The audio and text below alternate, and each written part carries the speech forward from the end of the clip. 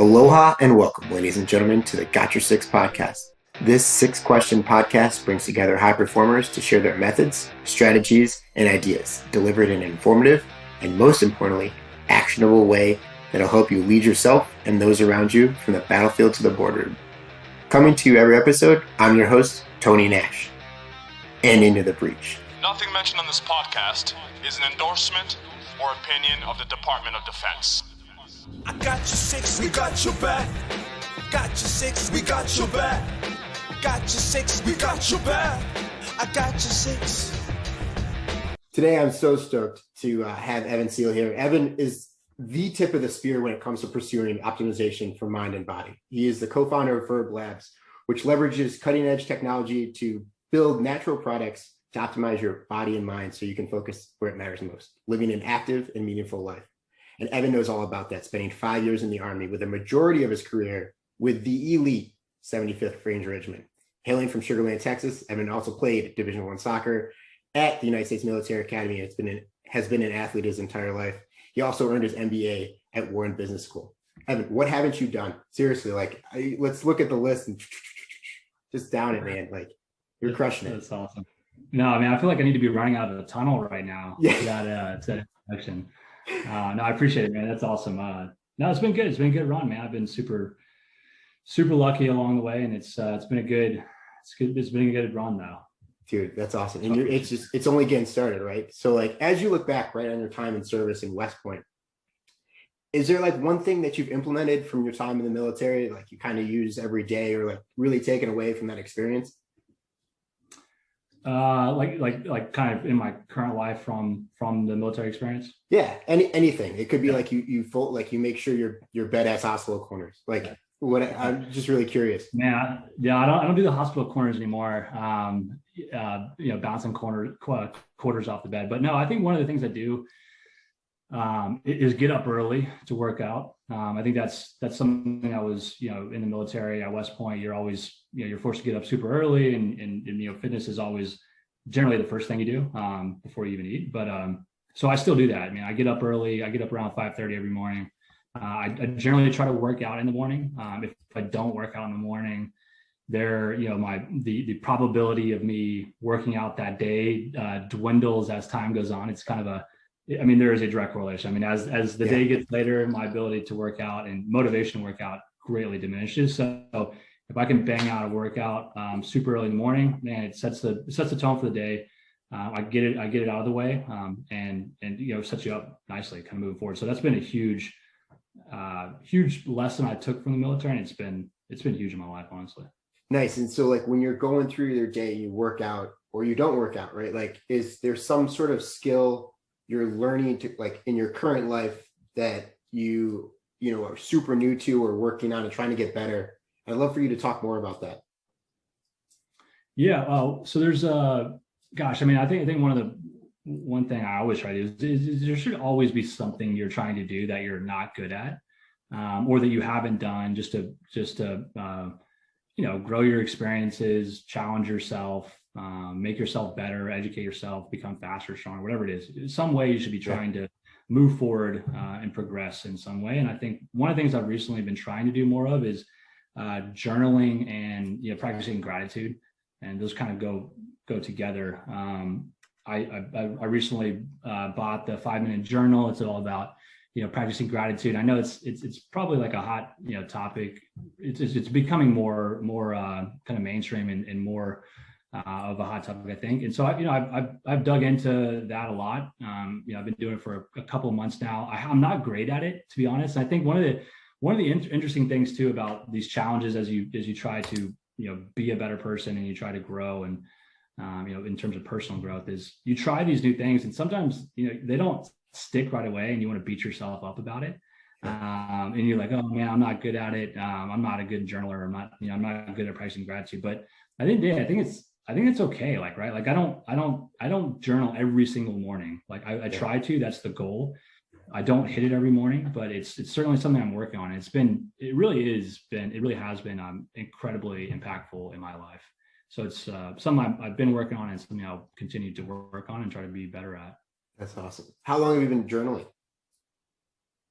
Probably about 8 months. Nice. 6 to 8 months.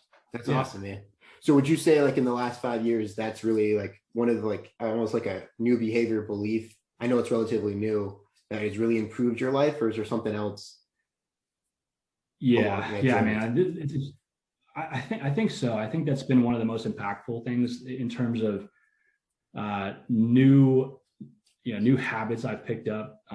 There's tons of clinical data that supports practicing gratitude, and it sounds kind of fluffy, honestly, like, practicing gratitude. I think it gets a bad rap from some folks. I would have been in that camp probably, 3 or 4 years ago. I'd been like, oh, journaling, practicing gratitude. Like that's so, that's not, it's too fluffy. I don't want to get into that, but like that's such BS, you just come to realize that, practicing, mental health and practicing, focusing on the spirituality of parts of your life are incredibly important. Like they should not be neglected. And I think strong people, realize that and are focusing on it. So it's been super helpful for me, man. It just gives you a positive outlook on life. So, you can go through the day and, it could be a complete shit day, but if you sit down and you force yourself to focus on something you're grateful for, and the 5-minute journal does a great job of it. I'm not, trying to, promote their book, but they do a really nice job of providing a template for it. So, you wake up, you write, what are you grateful for? What are some ways you can make the day great? And then at the end of the day, you reflect on what's happened. So if you did have a bad day, you could have had a horrible day, but then you have to sit down and kind of think about, okay, what are you grateful for? And it's kind of amazing that you come up with a million things. There's so many things to be grateful for every single day. And because of that, by thinking of that thing and being happy about it, it puts you in a better mood. And that's it. And that's what it's all about, feeling good and being good. Right. Deion Sanders, right? Look good, play good, feel good, live good, die good, right? And pay good's in there somewhere. What do you think makes that fluffy, right? Like that mental spiritual health thing, because you're always, out in the gym or working out, clanging and banging. And it's one of those things like you can't flex a gratitude muscle, know? I think it's insecurity. Yeah. I think it is, honestly. I think if you're not confident in yourself and you're not secure, if you don't have that kind of like sense of security with yourself, you're about like what someone think or what someone else could potentially think about you if you're talking about gratitude or talking about spirituality. Like, who gives a damn what those people might think about that? Because you're, once you realize that, then you start to dig into some of these topics and you start to realize how beneficial they are. So if you can get past those insecurities about what other people might think, or if you're seen as this spirituality person or someone practicing gratitude, like then I think you're that's step one. Being confident in yourself and comfortable with the things that you choose to do.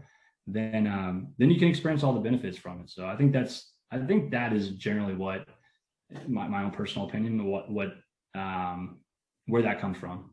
No, that's very interesting, right? So like let's apply the metaphor of like working out, right? Sometimes the hardest thing is like putting on your shoes, because like once you go to like for a run, you have to put your shoes on first. What helped you get past that threshold of like that insecurity and self-consciousness of like practicing gratitude?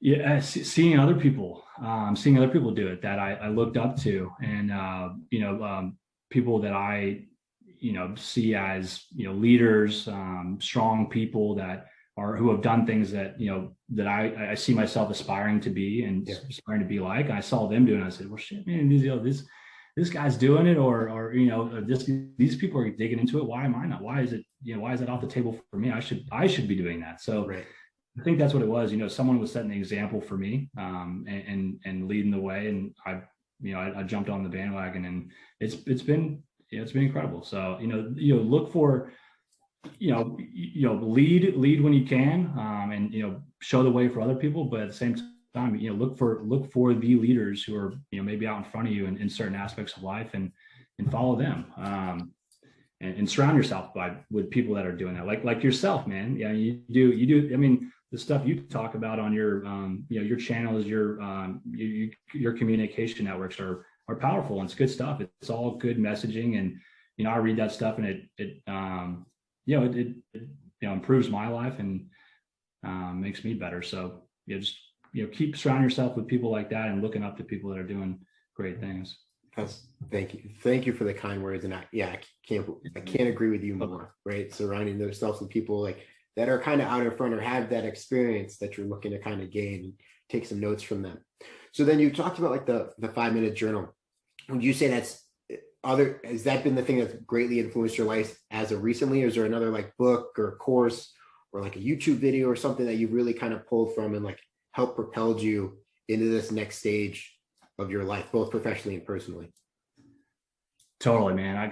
There's you think of like crucibles in your life and things you've been through that have affected you positively and even negatively, like you can still look at the negative impacts that are positive in your life. And I think, I'd be lying if I wouldn't say like Ranger School wasn't like one course that, greatly affected my life. And there's probably going to be some military people that, listen to this and like, oh, I know Ranger School is not that hard. It is hard, first of all. If anyone says not, they're lying, but it's totally doable. But I think in terms of teaching individuals lessons, completely, throw all the military tactics out the window in terms of what it teaches you. But like the most important thing that I think it teaches you is about yourself. It teaches you like what you're able to handle and what how far you can push your mind and body before they don't break. Right. You know what I mean? Like you think like, you're out there and it sucks and you got to keep putting one foot in front of the other. And sometimes there's no end in sight, but you make it, which is great. If you just keep going, you just keep putting one foot in front of the other, you're going to make it. And I think that's taught me a lot about life in general. And it's helped me in tons of situations, man, that, as after that, there's been other situations where things have gotten really tough and, it's not to say that I like looked back and I was like, man, well, I was in Ranger School, I could do that. But it's more of like an internal, it's an internal power you now have. It's like, well, this is bad, but I know that I can push through it. Yeah, no, absolutely. And like in a sense too, that's what you've done with gratitude, right? Like just one step, one foot in front of the other, continue to just kind of like push through it. And then at your same time, like you're having grace with yourself, because like you said, there's failures along the way, right? And like, what failure would you say has ultimately become your greatest success? Oh yeah. I think, again, I think in terms of a failure becoming a great success, I think of like, shifts in my life, where have I, because of a failure how has it shifted the direction of my life? And I think when I was in the military, I tried to go to, when I was getting out of the military, my plan was to go to grad school from there. And I took the GMAT twice, and I was trying to. I didn't really buckle down and like get after it. I thought I could, put 70% in and do well. And sure enough, the GMAT basically reached through the computer and slapped me in the face and said, not going to happen here. Yeah. So I didn't. I did poorly. I did really bad on the GMAT twice, and I was like pretty much hung my boots up, said like, hey, grad school is not for me. Like, I'm not gonna, this is just too time consuming. So I got out and I ended up, but because of that, I didn't go to grad school, and my life took me to St. Louis, where I went and worked for a private equity firm, completely like luck chance to go from the military into private equity. And I can talk about that later, but like, so that was a once in a lifetime experience. And from there, I met my girlfriend, who I've been with for 4 years. And, then we did, eventually I started studying again for the GMAT. And this time, from those experiences, I was able to do a little bit better, and I tried harder, and, and I ended up getting into a really nice school at Wharton. So it's like a really nice school, like one of the, if not the top business schools in the country. I appreciate it.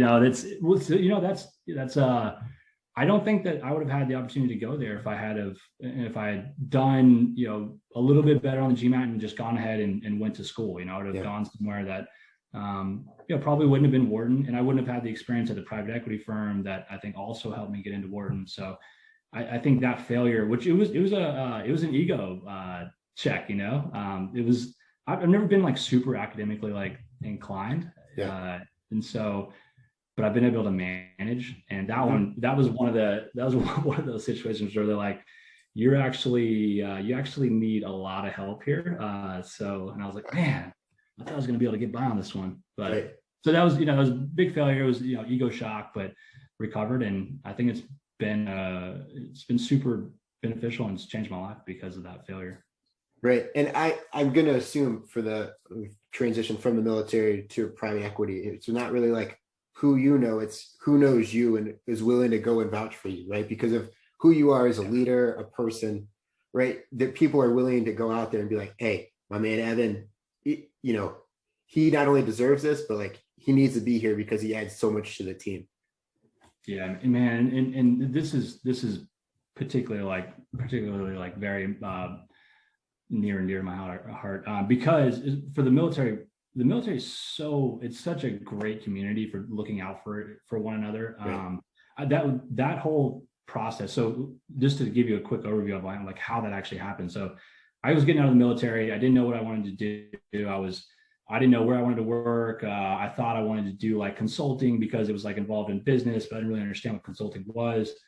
And so I actually got out, I sold my car, and I rented a Jeep, and I was like traveling the West Coast to all the national parks for like 2 months, camping and just trying to figure out what I wanted to do in my life. And at the same time that I was like talking to all the military recruiting firms. So like Bradley Morris, Alliance, all those, and Bradley Morris actually was super helpful to me. And I know, people have different views on these recruiting firms. I speak very highly because they were incredibly helpful for me, but Bradley Morris, military, obviously focused recruiting firm, introduced me to Thompson Street Capital Partners, which is an awesome PE firm out of St. Louis. They're killing it. They're, just a really rock solid team there. They have some veterans who are on the team who are my really close friends now, mentors of mine. Some of them are older West Point graduates and things like that, and Ranger Battalion folks. And so just some awesome military people there. And not to say that the other folks aren't amazing too. They're just, the whole team is amazing, but it's because of those military connections that, someone there was a West Pointer, someone there was a Ranger Battalion.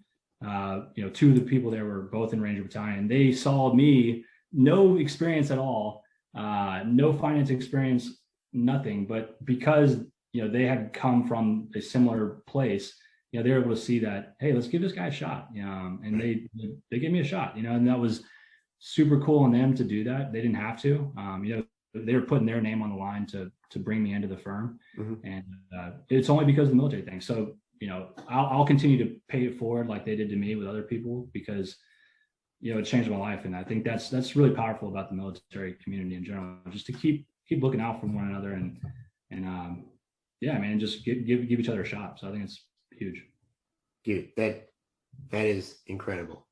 First off, thank you for sharing that, because that's such a cool story of like having all these little pivots along your life and places you've been, and how that culminated in this opportunity, which then led to other things, going to business school, and now you have your own company, which you're now crushing it, to use your term earlier.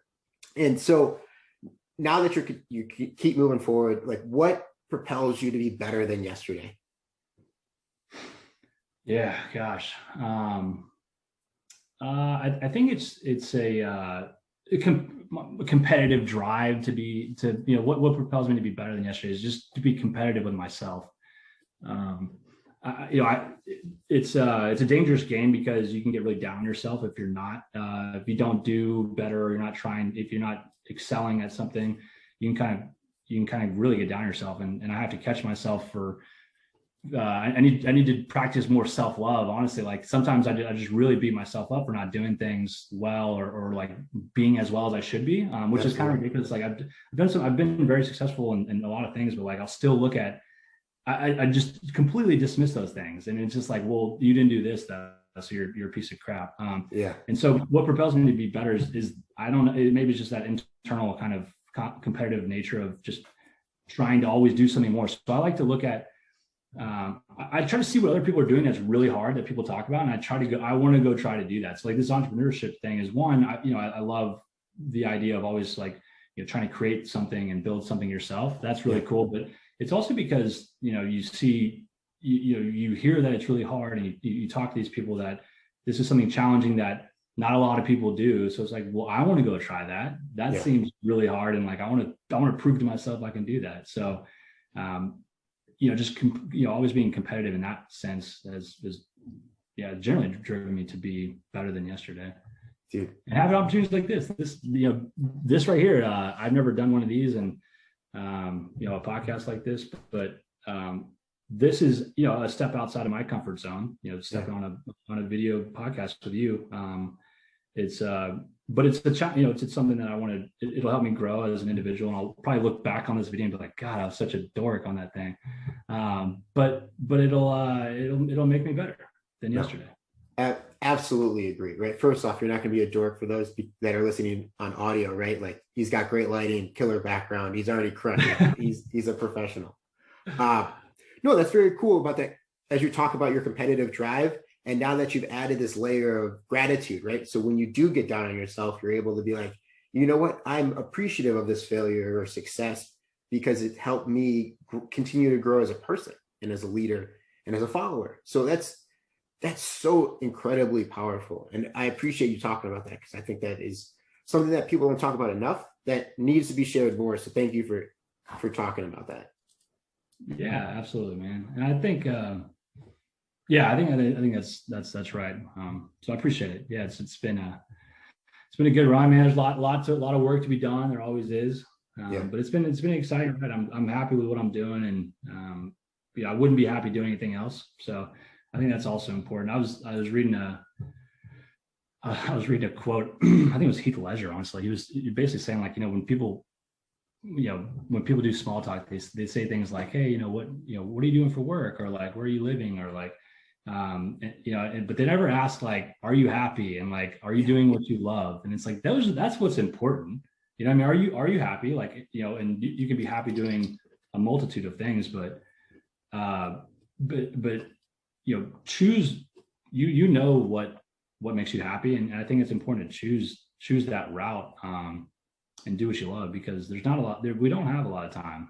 So it goes by fast, and it's more important to be happy and be doing what you love than to amass, a house or, giant wealth or whatever it is that, mainstream makes you think that you need to acquire, like a checklist. Right. It's more important to, do what you love. Yeah. Be happy. And you're doing it. You're doing what you love. You're constantly giving back to others and providing value. It's incredible to watch the journey. I'm glad I can be a small part in our interactions. It mean a lot to me, and I really appreciate you coming on today. Absolutely. No, I appreciate it. It's an honor to be on with you. I mean, gosh, when you asked me to be on, I was blown away, man. I mean, you're doing big things, and I wish I was interviewing you, honestly. Yeah. I think you have a ton of lessons to give people, man. And you're doing that a lot. And I think it's good, man, to see people like you out there, focusing on giving to people and like helping other people to be better. Yeah. It's incredible. It really is. I think actually something you posted maybe even once, but it was, or I don't know where I saw this, but as you get older, you start to realize you have two hands. One hand, one hand of yourself, and the other hand is to help other people. Right. And I think it's very real. Like, I didn't, as you grow up and you start to age, you start to realize that it's more important to also be focusing on giving to other people and helping folks, and not just looking out for yourself and your own successes. So you're doing that. You're doing that with this. You're doing that with, your other communication networks and stuff like that. So it's super cool, man. I think, mad respect for you. So keep doing your thing. Thank you, brother. And you talked about a helping hand, right? So if people want to reach out and find you, where's the best place for them to do it? What's the best communication or way to kind of touch you? Yeah, I mean, sure. If anyone wants to hit me up, I think email is probably the best. I'm on that thing pretty frequently. So it's just evan@vrblabs.com. Awesome. And shoot me a note. I'd be happy to chat with anybody if any of this resonated.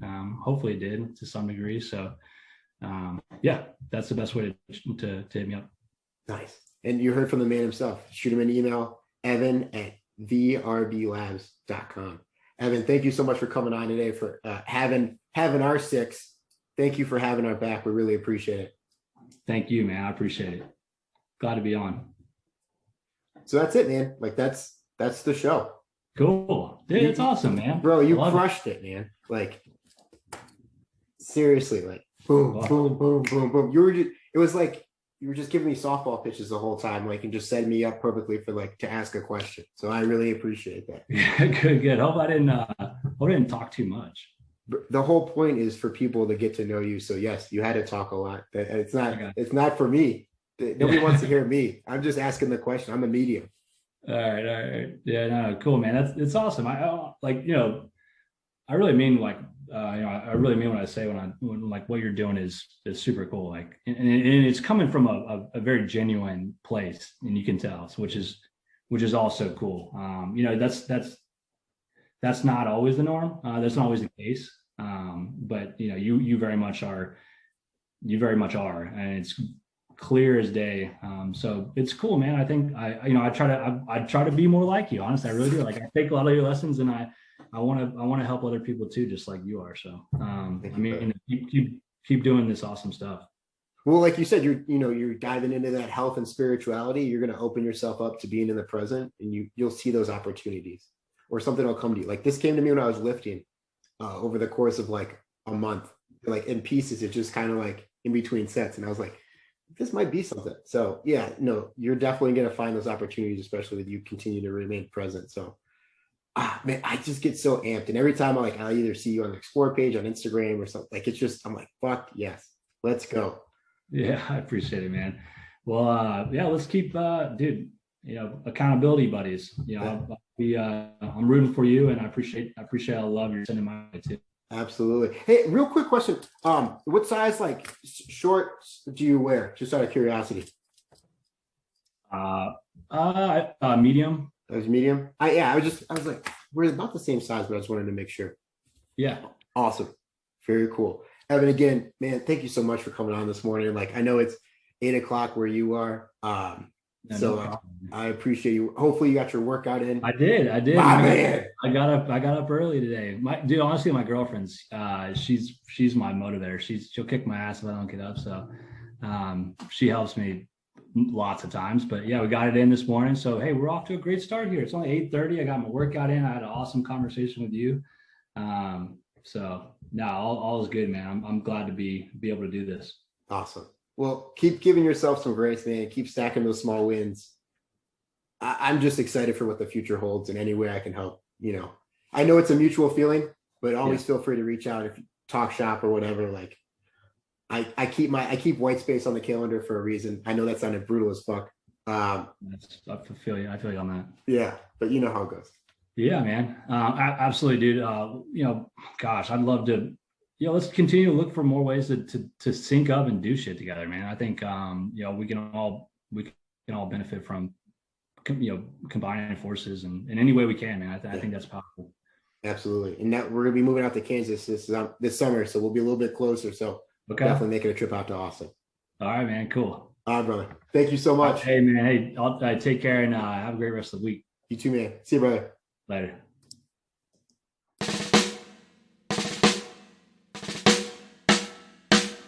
I don't know what you've been told, Sixers, but the lawyers would like us to remind you that the views, opinions, and comments expressed on the Got Your Six podcast are solely those of the hosts or guests, to include current and previous Department of Defense employees, and should in no way be considered the opinions of or endorsements on behalf of the Department of Defense or any of its components, divisions, contractors, or other current and previous staff members.